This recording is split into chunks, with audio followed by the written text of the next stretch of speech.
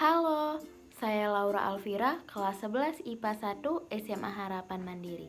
Sebagai tugas proyek Bahasa Indonesia saya akan menjelaskan mengenai teks eksplanasi.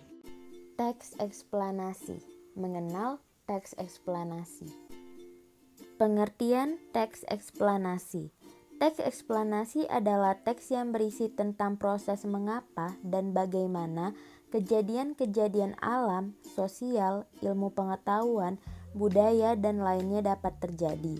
Suatu kejadian, baik itu kejadian alam maupun kejadian sosial yang terjadi di sekitar kita, selalu memiliki hubungan sebab akibat dan proses.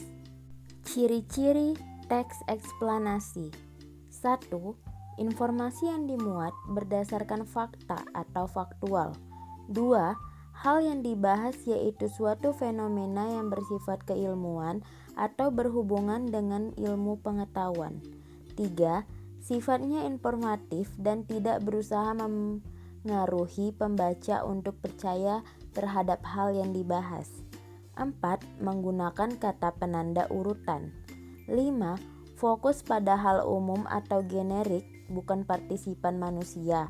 Contoh, tsunami, banjir, gempa bumi, hujan, dan lainnya. Struktur teks eksplanasi. 1. Pernyataan umum. Berisikan satu pernyataan umum atas suatu topik. Yang dijelaskan adalah proses terjadinya, proses keberadaannya, proses terbentuknya, dan lain sebagainya. Pernyataan umum ini sifatnya ringkas, menarik, dan jelas, sehingga dapat membangkitkan minat pembaca untuk melihat secara detail. Pernyataan umum juga memuat hal-hal yang menjawab pernyataan mengenai peristiwa tersebut, khususnya untuk pernyataan apa, kenapa, dan bagaimana. 2. Deretan penjelas. Mengandung penjabaran proses mengapa peristiwa tersebut terjadi. Penjelas dapat terdiri dari beberapa paragraf. Deretan penjelas ini bukan hanya berfungsi untuk menjelaskan fenomena yang bersangkutan, tetapi lebih pada menekankan proses fenomena tersebut terjadi. Pada paragraf penjelas terdapat rincian sebab akibat sebuah fenomena dapat terjadi. Rincian yang berpola dari pernyataan bagaimana akan menghasilkan uraian tersusun secara kronologis maupun gradual.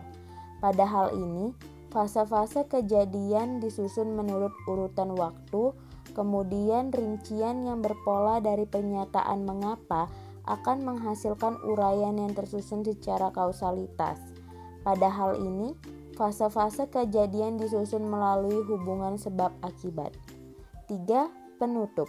Penutup atau interpretasi mengandung intisari atau kesimpulan dari fenomena yang dibahas.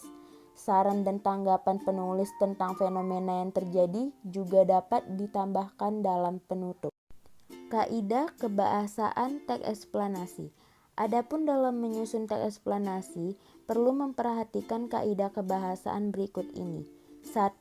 Menggunakan kalimat pasif. 2. Menggunakan konjungsi kasual dan waktu. 3. Terdapat istilah ilmiah. 4. Menggunakan kata kerja material dan rasional. 5. Bersifat informatif. Cara membuat teks eksplanasi. Setelah memahami tentang pengertian dan strukturnya, berikut ini cara membuat teks eksplanasi. 1. Tentukan peristiwa alam, budaya, atau sosial yang ingin dibahas. 2.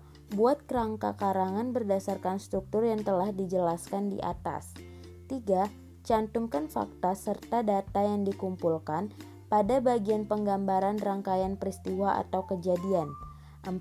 Kembangkan kerangka karangan hingga menjadi teks utuh. 5. Periksa dan baca kembali teks yang telah ditulis. Lakukan penyuntingan jika ada kalimat yang kurang sesuai atau kesalahan dalam penulisan. Berikut ini contoh teks eksplanasi. Bencana alam gunung meletus. Pernyataan umum. Gunung meletus adalah sebuah bencana alam yang diakibatkan oleh meletusnya gunung berapi. Gunung berapi bisa meletus sewaktu-waktu. Lahar yang dikeluarkan oleh gunung berapi berbeda-beda. Ada yang menyemburkan lahar panas dan ada juga yang mengeluarkan lahar dingin berupa lava dan material-material lainnya. Urutan sebab akibat. Gunung berapi yang masih aktif bisa meletus kapan saja. Penyebab terjadinya gunung meletus adalah ekstrusi magma, yaitu kegiatan magma yang telah mencapai permukaan bumi.